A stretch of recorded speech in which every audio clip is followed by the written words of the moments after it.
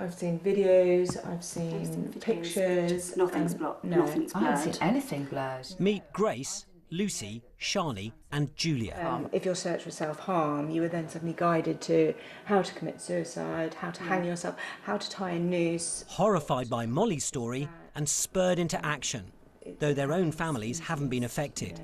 This week, each set up a brand new account. I suddenly started to get suggested accounts to follow. So suddenly I just followed one or two, and then Instagram was saying, oh, you're interested in self-harm, would you like to follow these accounts that are also about self-harm? So they're putting it in the newspapers that they're doing something about it, and yet actually they're not. You can still go on. And they have a message for the head of Instagram. You can still go and read How to Kill Yourself Successfully, and you need to take a stand and you need to do something now, not look at it and leave it for months. You need to do something now because our children are dying and you have a moral responsibility. So that's what a proportion of British society now feels about your platform. I mean, it's powerful. It's heavy stuff. I think we have an immense amount of responsibility.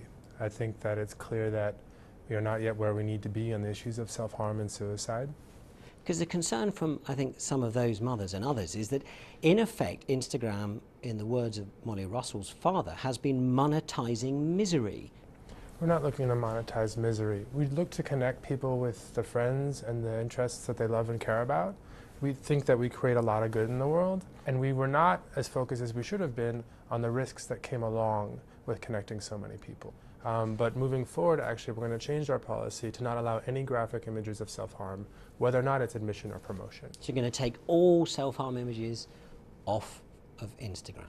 Graphic self-harm images, yes. So I might have an image of a scar where I say I'm 30 days clean, and that's an important way for me to share my story. That kind of content can still live on the site, but the next change is that it won't show up in any recommendation services, so it'll be harder to find. It won't be in search, it won't be in hashtags, it won't be in recommendations.